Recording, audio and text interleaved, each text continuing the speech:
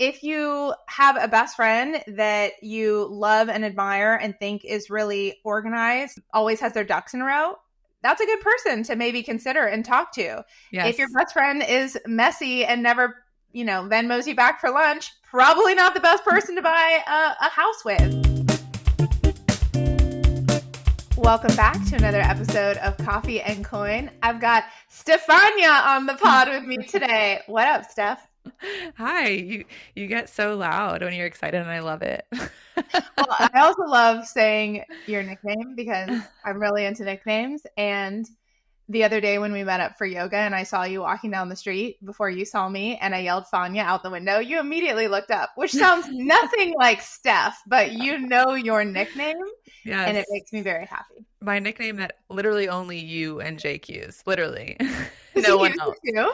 I think so. I mean, he steals all my nicknames. He's like, oh, that's mine too. That is what I'll call that person. Family property. Yeah. Community property.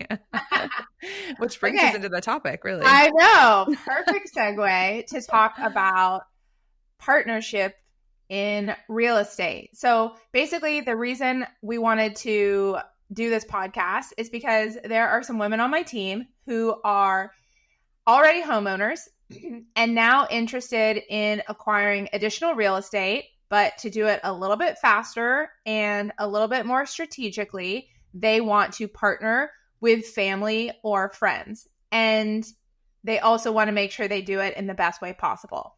I think a lot of people have heard the notion to be careful mixing business with pleasure or business and friendship or, whatever variation of that you've heard. And you're someone who's been mixing it all up for a while. You have a business with your mom and your uncle that's like an amazing trifecta of skills. And then you have gone and partnered on the majority of the real estate you own. So maybe if we could just tee up this episode with you sharing how many properties you own, how many of those are in partnership, and maybe that little trifecta relationship with your mom and uncle, because it's a brilliant. Yes. Yeah. And some people will point out that part of this is luck and just like the industries that we were in, but you can learn a lot from what we've done on a large scale and do it at a smaller scale. So I have 19 properties. I have 33 doors. And 31 of those are partnered. Therefore, 18 properties I have partnerships on. One of those properties I own only by myself. And that was the first one I ever bought. And that was in what year? 2013. So we're recording this in early 2024. So you've really only been doing this for a decade, y'all. And she's got almost 20 properties. Note, only one is entirely owned by Stefania and herself, and the rest are all with partners. I just want to explain doors in case people don't understand the difference between a property and a door. Right.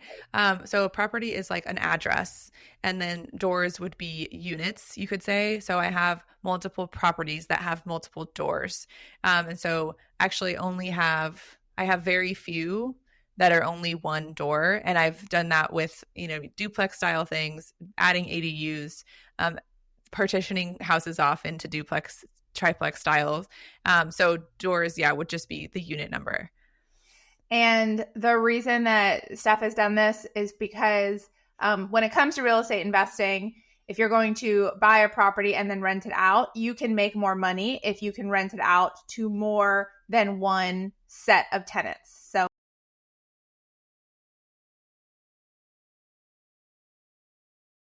bathrooms and dividing that into a duplex, and now you can charge more. Right. And we've done really creative means of splitting up properties to do this. Right. Really creative. And like often if we're not adding a kitchen, we call it a sneaky duplex at open house, where you're just renting out a suite. You're not adding a kitchen. You're not like truly making it a duplex. So we call it a sneaky duplex because you are using part of the home, separating it so that there's actually two units.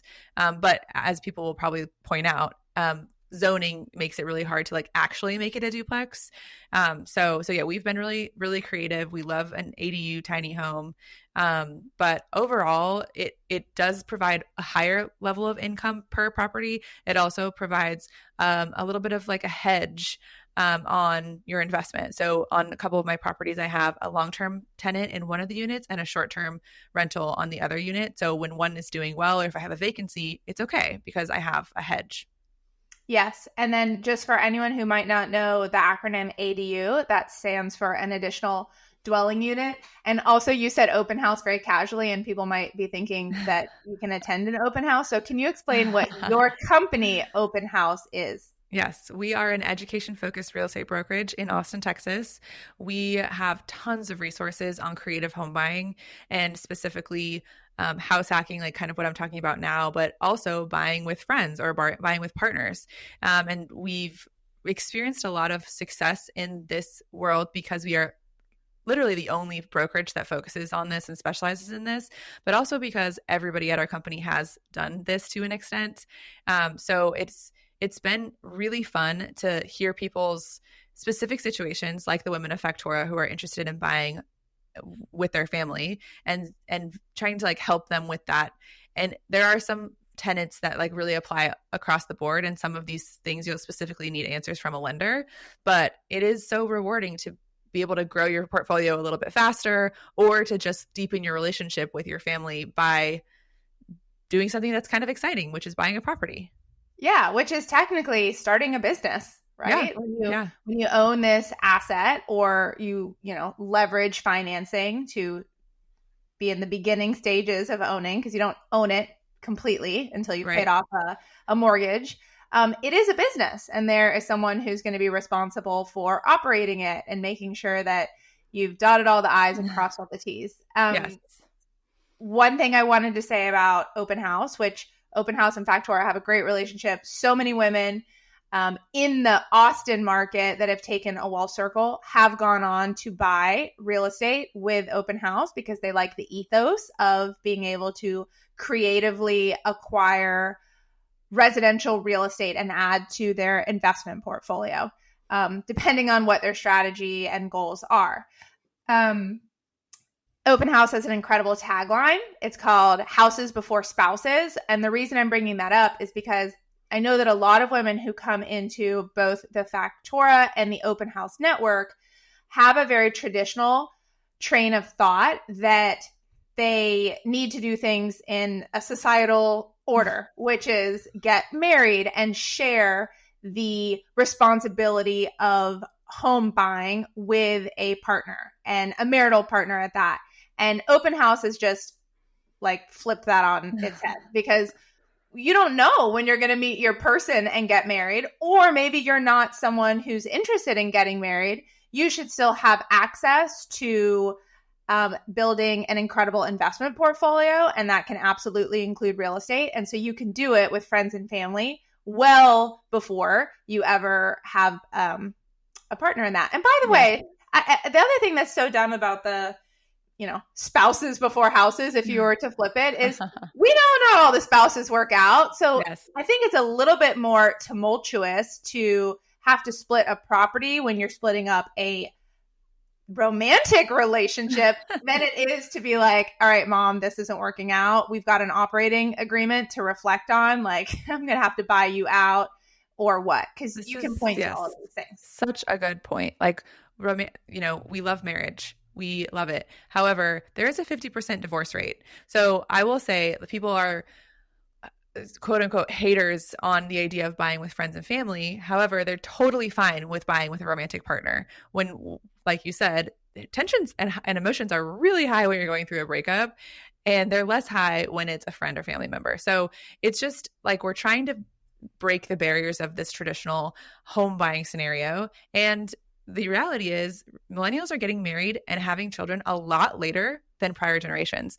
Therefore, they are missing out on time and market if they are going about it the traditional way. And as we know in the Factora community, time in market is one of the most important effects on your net worth. And so having the option to buy before you get married is so important. And obviously buying solo is an option, but a lot of people find that one, a little daunting, potentially not possible in your situation. And you might want a partner anyway to share the liability, to share the costs, to share the celebrations. Yeah. So Yeah. we're all about it.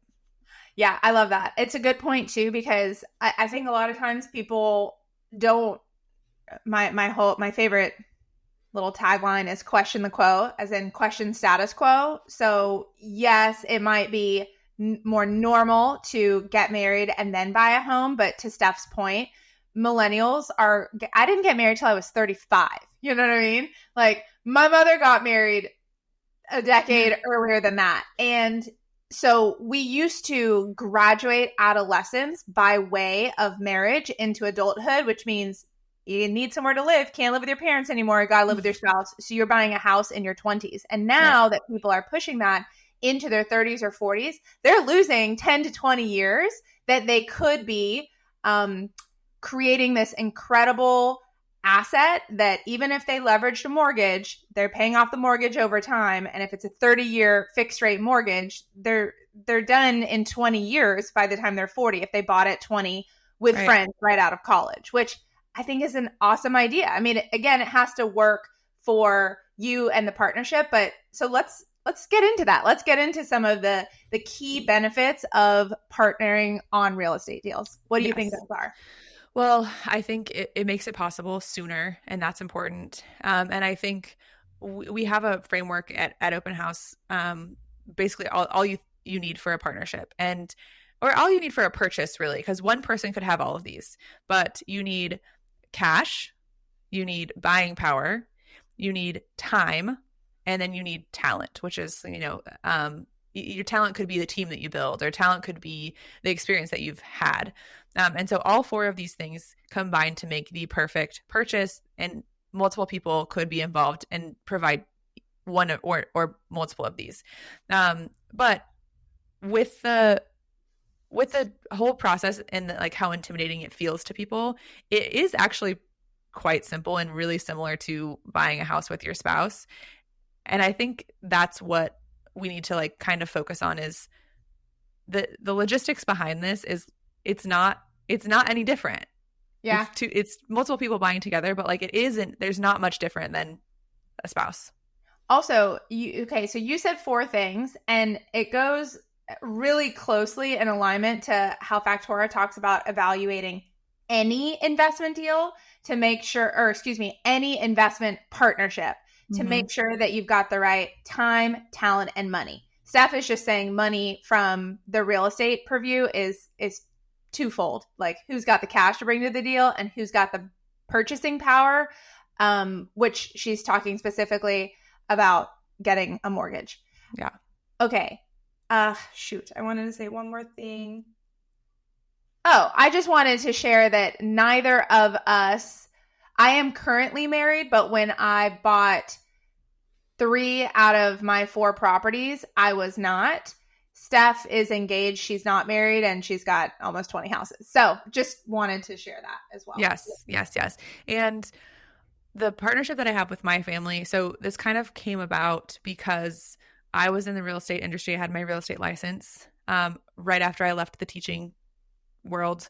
I taught 4th grade math, but I got my license. My uncle was a mortgage lender, and then my mom was a teacher as well. And I kind of like enticed her to come to Austin and help me on this endeavor because I saw potential.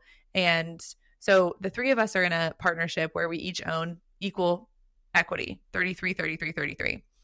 We purchase, buy and hold properties. And our thesis is we want to essentially retire ourselves and each make $10,000 a month when we're finished with our portfolio. And then we just kind of just like let it ride after that, which sounds great, right? Like that is the dream. If you could do that for yourself and for the people you love the most, incredible. So it's very exciting. However, like we've learned so much. And with this time, we started in 2017. So what is that? 7 years. So we've been doing this for 7 years. Together, we've purchased 5 properties, and we have 11 doors. And we all have like completely different skill sets, completely different roles. And we've made sure that every single step of the way, we've been really clear with each other and really straightforward. And so like that, if you don't have that with your family, like not everyone is a good partner. I'm not saying that everyone should do this with everyone, right? You haven't experienced a negative partnership? No, well, okay. So to be very clear with my residential portfolio, I have 4 properties. 3 are with my now husband. 2 were purchased when we were just boyfriend and girlfriend. We had an operating agreement in case we broke up, what happens, how we, unwind it. And then we have 1 additional property with a partner. That partner was the entirety of the money. We were sweat equity to flip the 2-car garage into a studio unit. So using Stef's creative hack of taking a single family home and transitioning it into a duplex. The only thing that they share on that property is a laundry room. But otherwise it's separate units. And that partnership has been great because, everyone got what they wanted. He wanted a little bit more real estate without having to do any of the work. He didn't have to find the property. He didn't have to deal with the hassle of doing that garage conversion. He just, opened the account and was paid. Yes. We call him white gloves. He didn't want to touch anything dirty. Meanwhile, we lived with a 15-foot trench across the living room when we made an error. So, done a lot of learning as well. But no, we haven't had any drama from that one partnership that we have. I guess technically my husband and I are a partnership as well, but we get along real well. We just got a child together. Things are going swimmingly. But we did think that with that partner, we would do many more like that. And people change, life phases change. That partner actually decided that he no longer wanted to live in the US or acquire more property. So out the window went that concept, but we were fine with it because we really didn't enjoy doing a live-in sweat equity renovation. Mm-hmm. That was great when we didn't have any cash to add to the table. Now I'd rather add cash to a deal and be the white glover myself. Yes, which is like such a good example, because when you start out and you might not have as much cash, you're looking for partners with cash. So you're essentially trying to compile a viable partnership with complementary skills and complementary money or buying power. And so that's kind of what we had as a family. I was the one that found the properties. My uncle managed the financing, and my mom, she is now a property manager. So all 3 of those skills combined have resulted in a really fruitful relationship. However, it's shifted, and like you said, it's not always going to go exactly how you plan. Like you were going to do a bunch and you decided just to do the one, and that's totally fine. It could be like a phased situation, and you can try one and see how it goes. For us, every time we buy a property, someone different is on the loan because they have different buying power depending on where they are in life. But all to say, that's my experience with my family, and it so far has been really good. Your listeners, I think, are thinking about just one, right? They're like wanting to buy one property. At least the first one. But I do want to just say one more thing about something I've witnessed with your family partnership, which again, like the reason I think it's a beautiful trifecta is because you've got the real estate agent, the mortgage lender, and the property manager in one family group who are all in on real estate and take this role very seriously. Like this is a business. It has a name. They've got a portfolio, account structures, legal, etc. Yes. But one thing that you guys also have and share this in common is that they all 3 were willing to actually get in there and do tear downs and renovate, like literally hands-on, which is not something that I am interested in, feel that I'm capable of, want to learn, blah, blah, blah. But I do see you guys as you continue in your partnership starting to pay a premium to get other people to do that work for you. Yes. And we started this partnership with each of us contributing $10,000. And since we've started, we haven't contributed any more.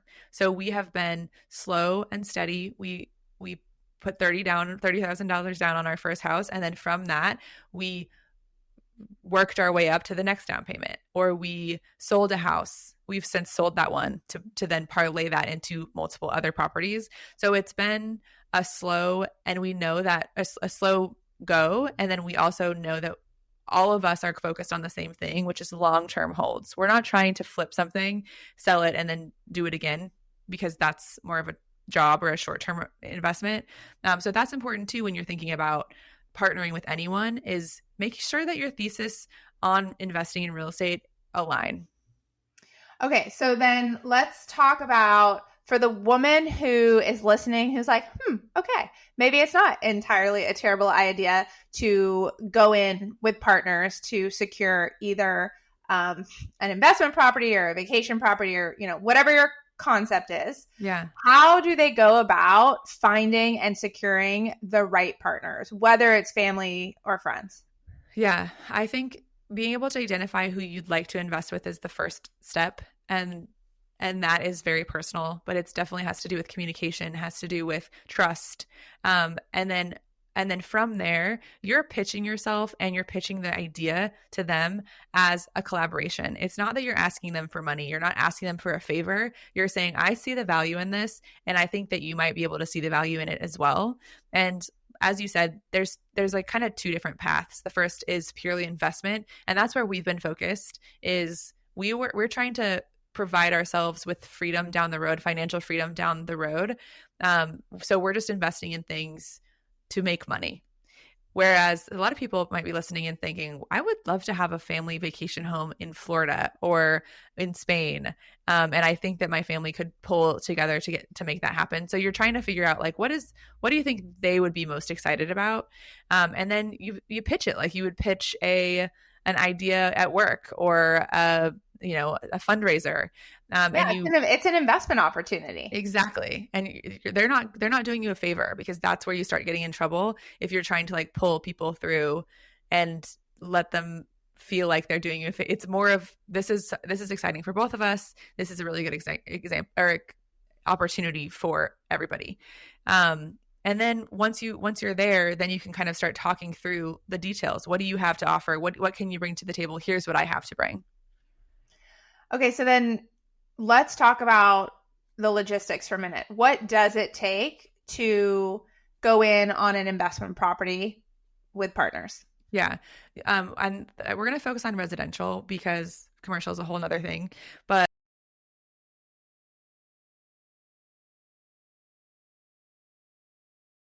that's like something that might trip people up, because getting an LLC for your partnership, in my opinion, is key. You have an LLC for yours, for your partnership? Yeah. Yes. Because if you're earning money from the property, it should go into one account that's owned by everybody in the partnership, and it should have the percent equity documented. Yeah. So opening an LLC is important. Opening a bank account with your LLC is important. However, you cannot get a home loan with that LLC. First of all, probably that LLC was just created. It has no financial history. No history. It has no credit. Yeah. Just to clarify what Steph is saying, where people might get tripped up is like, oh, I want to do this, but only if it's safe. And sometimes people are saying safe means it has to have an LLC to purchase the property in. You're not going to get a loan that way. I mean, no.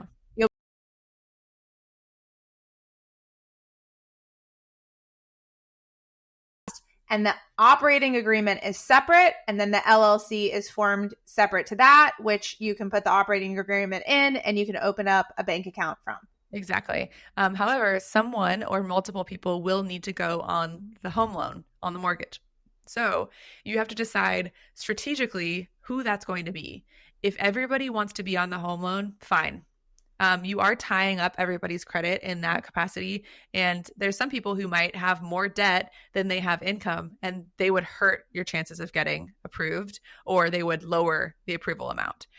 So you're really being strategic about this. And this is where a really good team comes in. Really good real estate agent, a really good lender, because they can help you, like, walk you through the options. Just because you're in a clarify, when she says really good, I think you mean, but correct me if I'm wrong, someone who has real estate investment experience themselves. Because I think a Yes. lot of realtors have maybe bought a personal home, but they might not be utilizing real estate as like a piece of their portfolio like you Right. and your agents do on purpose. So there's just a lot more experience there. So all we're saying is if you have a real estate agent and lender who also invests in real estate, they're going to help you a little more. Yes. And a lot of people, this is kind of taboo, and people think this is like not always the best idea because they don't know enough. And so people will try to discourage you. So just be aware. Traditional agents, even. Traditional agents, traditional lenders. Yeah. So, so yes, I would say talking through your options and being strategic about who is on the loan and knowing that not everyone needs to be for it to be an equitable partnership. However, correct, you can write all that on the operating agreement. Exactly. That, yes, the operating agreement is so key in deciding how you want this to be structured. So maybe one person goes on the loan, and then the other two people in the partnership bring a little bit more cash to make it equitable. Therefore, you're going to split the equity evenly, but you don't have to split the equity evenly. It could be I'm bringing way more cash and I'm going on the loan, but I just need a little bit of bump in cash, and I need the time that you're going to spend or the sweat equity that you're going to put in. Therefore, one partner has 80% equity and the other person has 20%. You know, there's just a lot of ways to structure it, and that goes into the operating agreement, and it is also reflected in the LLC ownership. Okay, I want to keep going with logistics, but I think it would be worthwhile to pause here and just give an actual example of one of your deal breakdowns. The one I'm thinking of is, and I don't want to say your address, but your East Austin house that you own with your sister and a friend. Maybe you could share who went on the loan, what percentages, what the roles were. Yes. Okay, so that, I think that's the best one to say. All right, so when I was just a baby agent, I just quit my job. I found this house that I loved. It was in a great location and it was very run down. That's beside the point. But I couldn't have done this on my own. The banks wouldn't give me a mortgage because I had just quit my job and I started a new business.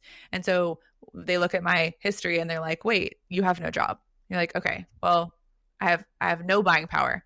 So I went to my friend who had a good job in LA. She was highly paid, but she was not going to invest in LA because it was too expensive there. So I said, can you come into this partnership and put your name on the loan? So it'll be me and you. And then I also needed a little bit more cash. My little sister had saved a couple $1,000s. It wasn't a ton, but all three of us combined created the perfect buyer for this house. I was on the ground. I was going to actually live there, and I was also going to do the renovation. So I got a little bit more equity than they did. Even though Eleanor was on the loan. Eleanor, she's fine with that. And Lily was, all she was doing is bringing the cash. So the three-way partnership, it was 60% me, 20% Eleanor, 20% Lily. And since I was the one doing the work, I was the one doing the majority. Found the deal. I brought it to people. And also when she says run down, she's being sweet. Yes, it should have been torn down probably, but we brought her back to life.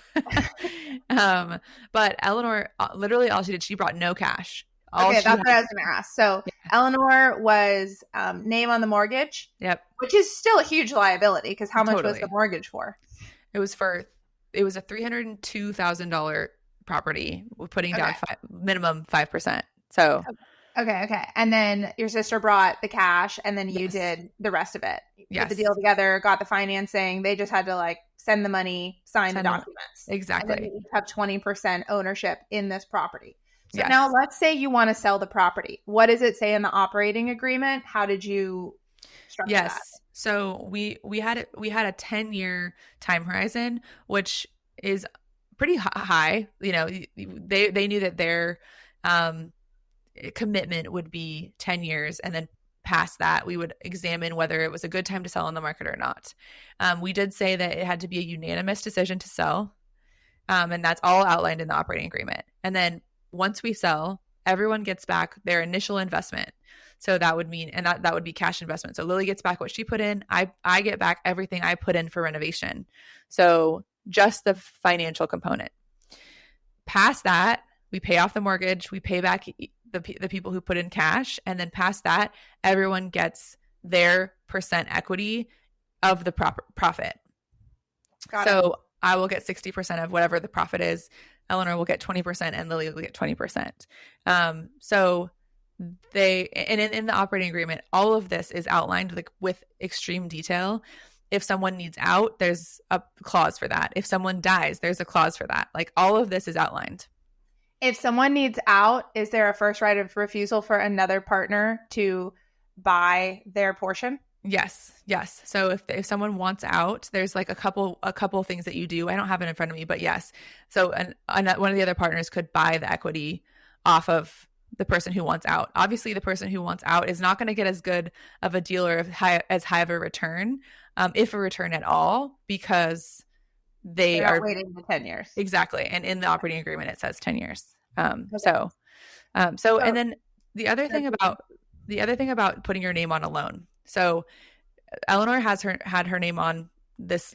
I've since refinanced this, so she's actually off of it, but she had her name on this mortgage. And so for one whole year, it would have been really hard for her to buy another property because she had just technically purchased a home. However, after that year, she can prove that she was not paying the mortgage at all. So that mortgage gets kind of wiped off of her record, which is a great thing to tell your partners, your potential partners, if you want someone to go on the loan. The implications are, yes, for a year you're kind of stuck, but after that you're pretty free. Okay, that was going to be my follow-up question. So, Lily was down cash from doing this deal. So that is the only way she was hindered because she's not on the mortgage. Right. And then Eleanor had that 1 year can't buy a residence easily because she just got on a different mortgage. Yep. What happens after a year? She just has to show that there is a tenant agreement and that house's mortgage is being paid for? So she could either show that, or she can show that a whole year's worth of mortgage statements and bank statements from the person who's paying the mortgage, which was me. So if she went to go buy a house, I would just have to prove that I've been the one that's paying the mortgage, not her. And that it does it. Or you could draft a lease, and I would technically be leasing the property from her. But that would mean that she would need to have that money into her account every month, which she doesn't. So the path would be just prove that you've never paid the mortgage. Okay. And then a follow-up question that I just lost. Well, since you just did such a good job of breaking down this specific partnership with both a family member and a friend, can you share any learnings from this experience? Would you have divvied up the equity differently, doing a similar deal, or change the timeline? Basically, I know that was one of your earlier deals and you've done a lot more since. So I think, I've shared this with you too, but I now I would not give as much equity away that I did back then, just because I really did everything. Like I brought them this. I just thought that they needed, some coaxing, some enticing, but it's actually an incredible deal for them. So like for 10 years from when we bought it, Eleanor will get 20% of the profit, which is a huge amount for literally just signing her name on documents. Yeah. Yes. So I'm so happy for that. And I'm glad, but I think looking backwards, I would have probably offered less equity, for doing so little. And for Lily too, because she didn't put up that much cash. But these are two like very dear people to me to this day. So I'm happy that they're going to get. And you got them into real estate investing. Now they've both done more deals because they got the bug. They got the bug, and it was also an incredible time in Austin. Since we bought it, the value of it has at least doubled. Maybe you bought that house for $302. What's the value of it today? I think, it's, how the values have gone in Austin. At one point, I probably could have sold it for about $800. Wow. Now I bet I could sell it for about $700, maybe $675. So more than doubled. Their equity is huge. The other thing I will say is they don't get anything monthly from that house. They upfront investment of their name and a couple $1,000s. I think So Lily bought purchasing like, power and cash, they were both right, the money, and you were the exactly. time and the talent. Exactly. And then I was in charge of the mortgage. So like if I earned nothing from that house, I would have to pay the whole mortgage. I wouldn't go to them and say, "Hey, I need money," because that was what was in the operating agreement. However, anything past the mortgage, I get to keep because they didn't take on any of the liability or any of the risk to try to rent it out or the time to manage the property. So to this day, I am reaping the monthly cash flow benefits and they are not. Got it. Okay, so that's a really interesting point too, because depending on how you structure the deal, let's say it was similar, just percentages. So 60, 20, 20, three partners are in this deal. You might have it so that the cash flow above the mortgage and property expenses actually get divvied up that way, 60, 20, 20 Right. to the stakeholders. But in this case, you didn't. No. And actually I'm on the other side of that as well, where I bought a house with my mom. When I lived there, I was in charge of the mortgage and I got to keep everything past it. Now she lives there in this property and she's in charge of the mortgage and she gets to keep anything past it. I don't see any of that money. However, I do own 50% of the property. Got it. So yeah, there's the moral of the story really is you can structure it any way and you just have to make sure everybody feels like it is fair. Yeah, and like I'll tell you how we do our one partnership. It's a 50-50 partnership, even though they put down 100% of the cash. So they bought the house in cash, and then we did this garage conversion, and then they refinanced it. They got 75% of their money out, which was really 100% of their money because the, re-evaluation of the property is, hey, it's a lot better because it's got a whole nother bedroom and bathroom. Yeah. And then from there, we put a tenant in, and we decided that a certain amount of the original tenant's surplus would just go to keeping a home account for any sort of residential fixes. And there's been plenty. I mean, we lost a water heater in the storm and we had some rodent issue, whatever. We've spent it.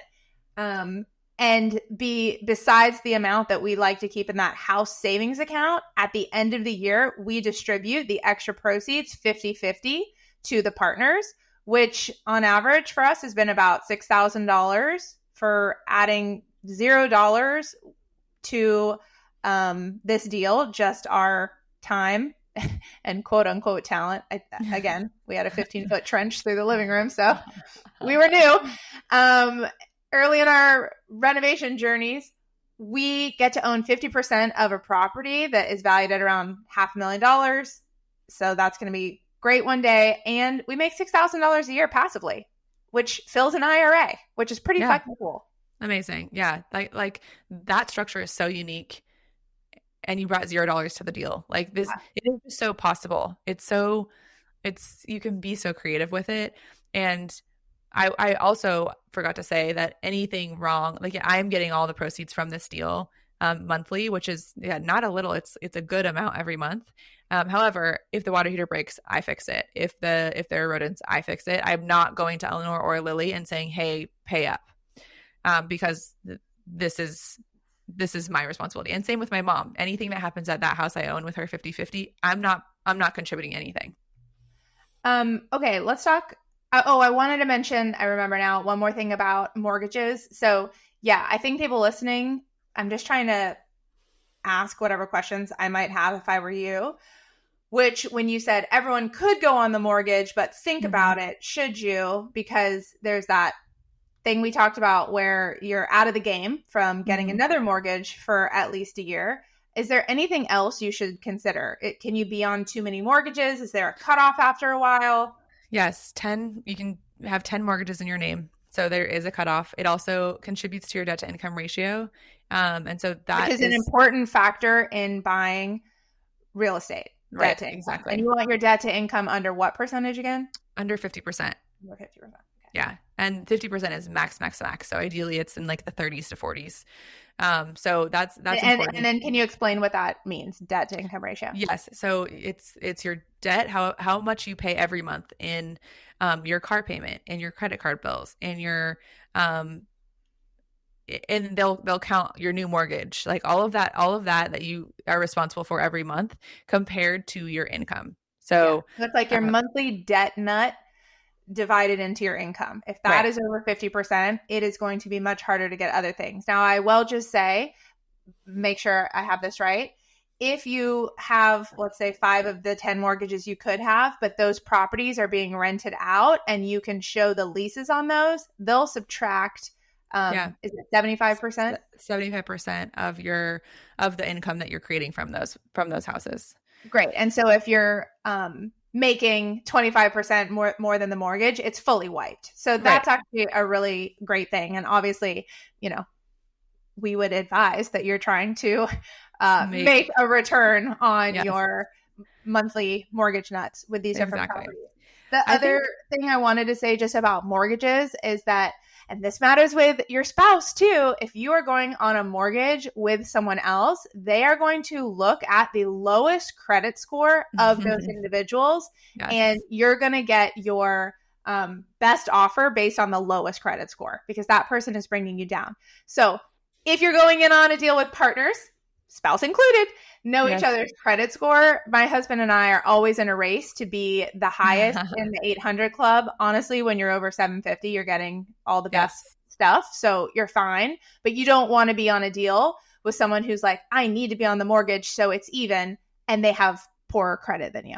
Yes, exactly. That's a great point. The credit score, you have to share a lot about your finances with your potential partner. So keep that in mind.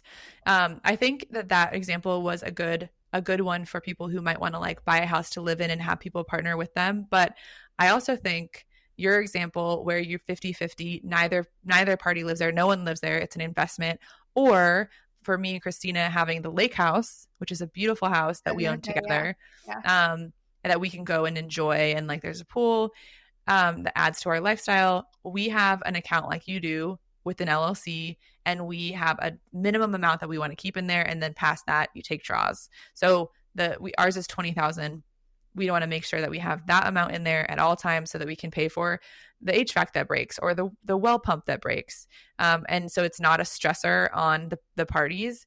And then everything that comes in from that property, like let's say we're Airbnb-ing it, will go into that account as well. You pay your property manager from there, and really it can be a well-oiled machine and not take too much of your time to manage. So like if you wanted to buy a beach house with your parents, it's very possible. And it's also, if you have good project management, you can make it not be terribly time consuming.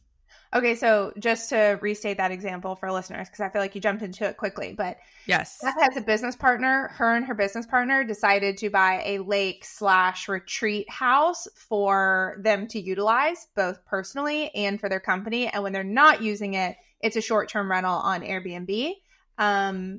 And they originally had it with 3 partners, and then they bought the third partner out. Is that correct? Correct. Yes, actually, that's a good point. Yeah, we bought her out because she wanted to leave the deal. And so I'm just trying to give as many examples of yours as I can to listeners so they have these different possibilities, as Brooke Castillo calls it, possibility drops. And there's one more that I'm thinking of, which is really fun and creative. Can you just share how you went in on a ranch Airbnb fun house with a group of friends? Yeah.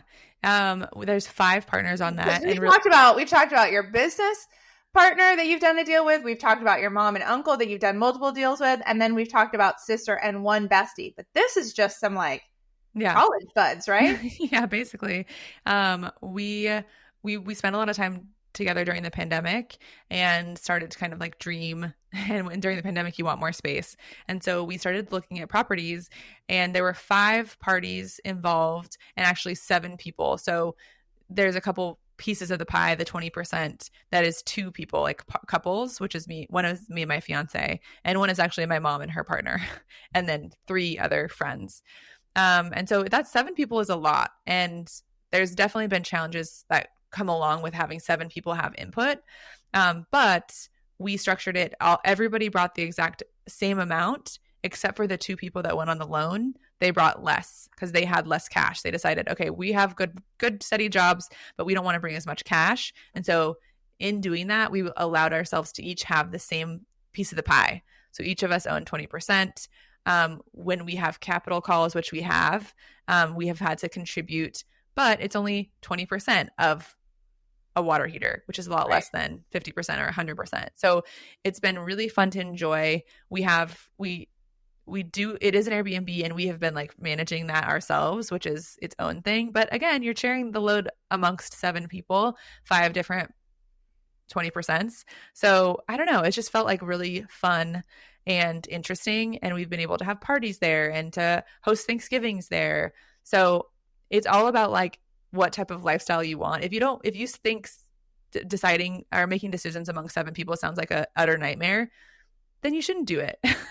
Yeah. But a smaller group of people.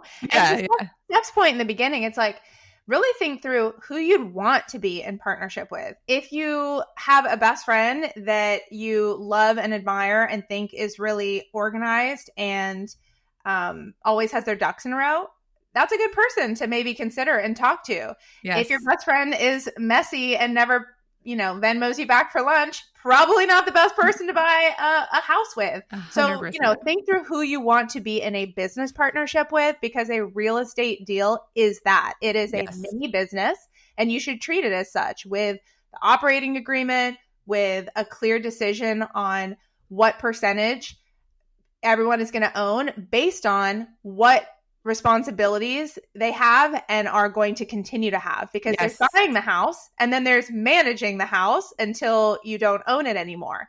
And so the managing is one of the things I didn't think about very much initially. And my poor husband, like, he manages all of our properties, and he never asked to be a property manager, but I was like,